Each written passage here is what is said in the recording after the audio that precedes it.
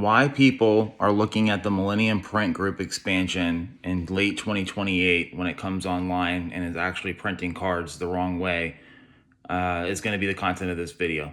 My name is Money Mike. I earned that nickname on Wall Street. I take pride in it. It was a hard-earned nickname, made a lot of investors a lot of money. May seem tacky at first unless you know the story behind it, but I'm a pretty humble guy. I worked really hard to provide value to the people that I covered, some of the most prestigious money managers and hedge funds on this planet.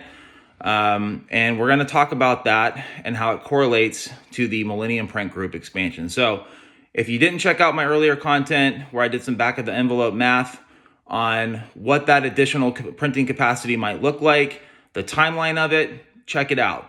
But here's the deal, and this is why I think people are looking at it potentially the wrong way. So, yes, it's going to be up to maybe 4 times at least minimum, extra capacity that's going to hit the market, again, late 2028. They are saying that it's going to be completed in 2027, late 2027, and that it's actually going to be printing by late 2028. Again, that's subject to change. We all know that construction, there's delays. It could be longer. I'd find it interesting if it's sooner, but who knows? Maybe they set the bar low and they're going to surprise the market. So my background, investor, I've dealt primarily with institutional investors. So think of hedge funds, money managers, even some private equity.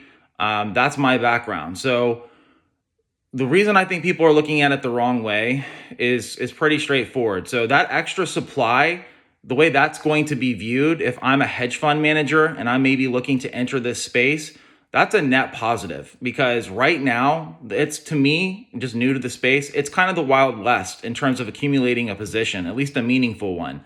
Sure, you can find some odds and ends and smaller items. You could, start off small, but if you're looking to buy, big size and you don't have a distributor and you don't have a community built up, I don't have those things yet.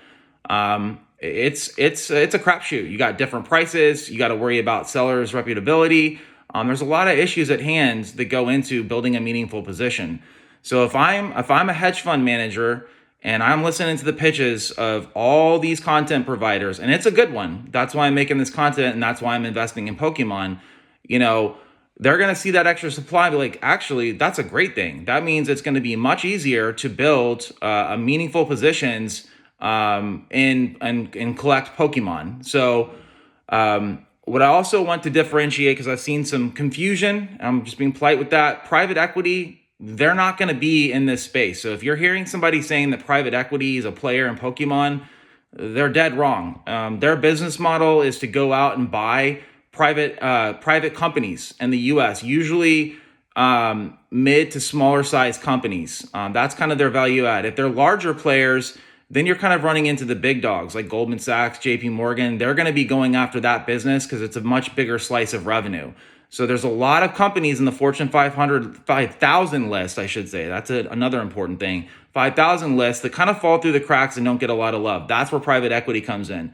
They do tie your money up just like a hedge fund does, typically longer than a hedge fund, because they have a lot of wood to chop to make it profitable and worthwhile for their investors. They charge you a substantial upfront fee because potentially your money could be locked up for up to 10 years. They don't aim to do that. They aim to get it out much quicker, as soon as 2 years if things go really well.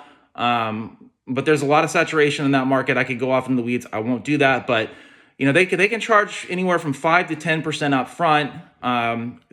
People cry foul, whatever.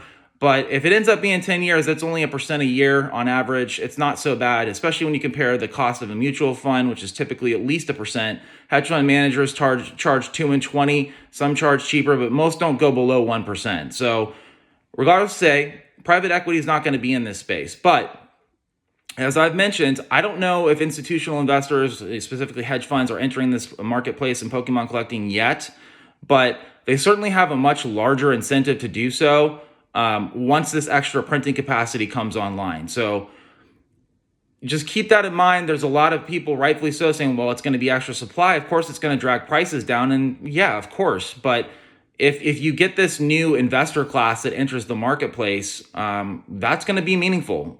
So that's just something to consider.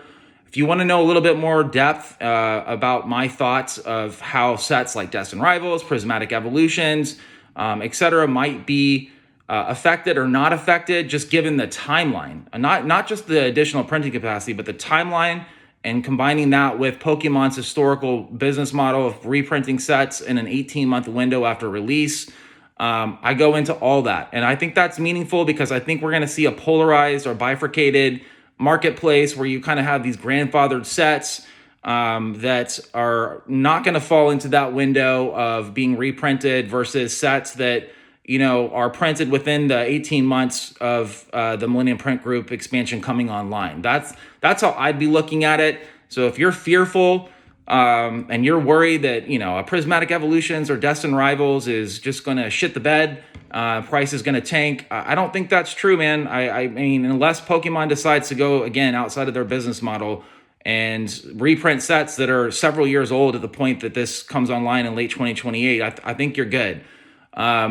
It's specifically for the English market as best as I understand it. Of course, there's some nuances. Again, I touch upon this in much more depth in an earlier content video.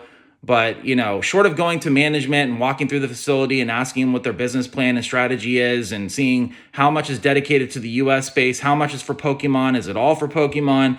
Those are all questions that I'd want to have answered. So all I can do right now, being a small fish that doesn't have that access, is provide color from a conceptual or macro 30,000 foot view. And just, again, do the back of the envelope math, look at the timeline, look at the potential catalysts of how you might attract some new investor class, specifically institutional investors.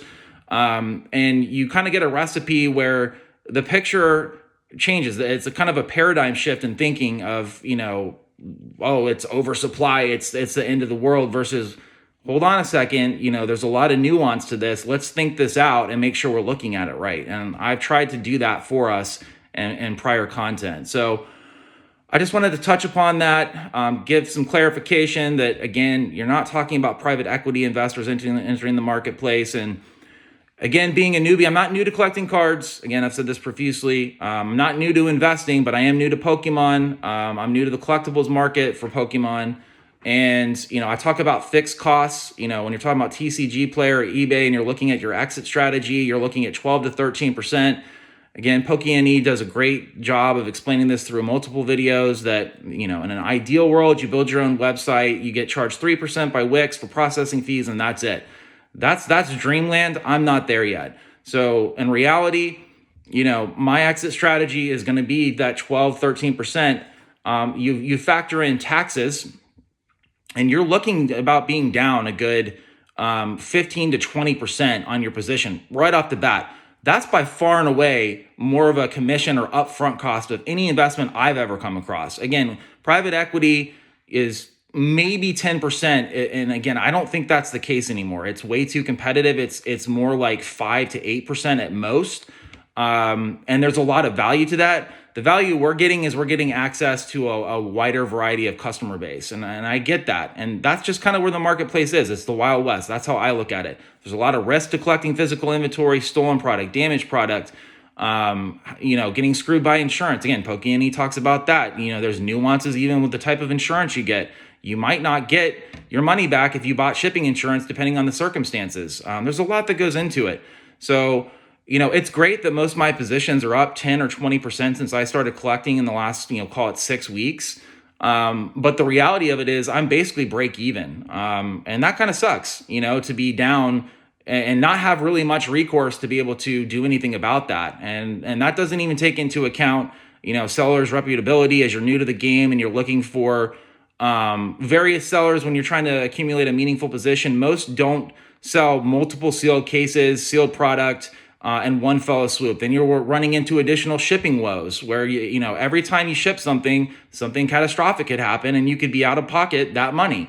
There's just a lot of variables, and I'll say too, this is not as simple as trading something like physical silver or gold. That's got a standardized clearinghouse and marketplace, and there's a lot more regulation and procedures involved where you're protected as the buyer and consumer of those products. And Pokemon, not so much, man. So just keep that in mind when you see YouTubers out there saying, oh, it's so simple, you can buy and sell stuff easily, it's relatively liquid, don't worry about the fixed cost being down 15 or 20% right off the bat, you'll make it up in the long run, don't worry about shipping stuff, that rarely happens.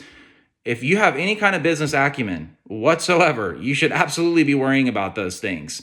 Until you figure out the game, you get established relationships, and the pieces start falling into place. And even then, again, watch Pokey. Even then, an established dude that's been in this business for 5+ years, he runs into issues left and right. Every month he says he runs into issues, chargeback scams, lost products, fights with credit card companies, you name it, he's dealing with it. And that's what, me, and I'm sure plenty, strive to be, because I don't want to just collect.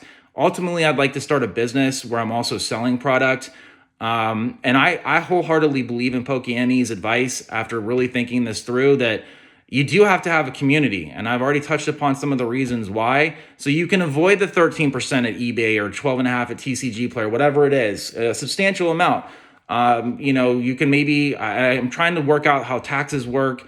And that's the last thing I'm going to touch upon as I'm thinking of it. And I'll end this because the whole point of this was supposed to be about the Millennium Print Group. I hope you find this back half interesting too, is, for example, like I noticed on TCG Player, I can't just go message the seller direct and try to even give a counter offer, like what you can do on eBay.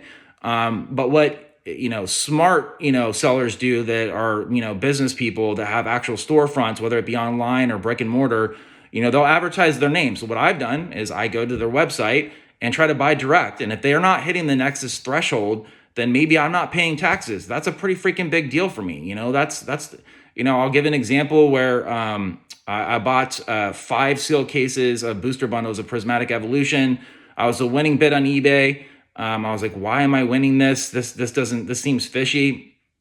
And at first I thought, I was like, oh, I'm buying these at like $55, per box, per bundle. And when you factor in the taxes, it started creeping up into the low to mid 60s. I think it was like 60-ish. Not a terrible price, but given the size I was buying, I was like, well, shit, those taxes, that sucks, man. Like that also like factors in, you add that, 7, 8, 9% taxes, and you add that to the 12.5, 13% that you're going to have to, face when you sell. That's a lot. So I am trying to be a little bit more prudent, like shrewd about how I go about purchasing things. But again, that opens up a whole nother hornet's nest of issues about reputability with sellers, depending on the marketplace. There are risks if you're not actually using that site, because at least you might have a fighting chance to work through TCG Player, eBay, if there's a dispute. If you're going directly to the website just to save the taxes, may not be the best long-term strategy, honestly. So, this to me, like, man, it's the Wild West. It's its own beast of an investment class. It's actually a lot more complicated than I thought it would be, from the fixed cost to stressing out about shipping stuff and, am I going to get the right product? Is it going to get stolen by the UPS driver? There's a lot of worries. You don't have to deal with that shit when you're talking about more standardized and streamlined physical inventory investment classes. So I hope this helps you with my background. Again, Money Mike here, trying to make a name for myself so that when I do look to start selling some of the stuff I've been accumulating and, make a real go of this, I move places. I mentioned this in earlier content. You see box behind me. There's this whole room around me is filled with boxes. I can really take this more serious, but that doesn't mean I'm not already investing. It doesn't mean I don't have investment thesis already laid out. It doesn't mean that I haven't already started accumulating meaningful positions, because I have. And if you want to hear and discuss that, I'm happy to do that. I'm happy to make another video where we talk just about what I'm buying, why. I can talk about any of the points I brought up in this content or anything, man. I'm here to help. That's really my pitch to you, is like, I got to figure out a way to fill a void in the marketplace that, maybe isn't being filled, just like Pokey used the Japanese strategy, which was pretty brilliant for the time. I'm trying to use my background and leverage that to teach you the nuances of what it looks like truly for somebody that doesn't have distribution, doesn't have a community built yet, wants to get there, watched a lot of content from other YouTube providers, and trying to make a go of this, things that I'm learning real time as I go, and then comparing that to my historical track record in other investment classes, as well as kind of giving you a different thought process as how we approach collecting. We created an investment thesis, we got catalysts, we lay out headwinds. We factor all this in to how we want to go about this. I talk about the trend being your friend. There's a whole gamut that goes into how I look at investing. And again, it was a hard-earned nickname of Money Mike to get that. Obviously, I had a pretty stellar track record And I was getting my phone call picked up by these really large guys that are covered by 80 to 100 brokers, because I was value add. I gave thoughts and views that were different from the other 79 brokers out of 80 that their coverage was giving them. So that's it, man. Hope you enjoyed this. Please like and subscribe. Thank you.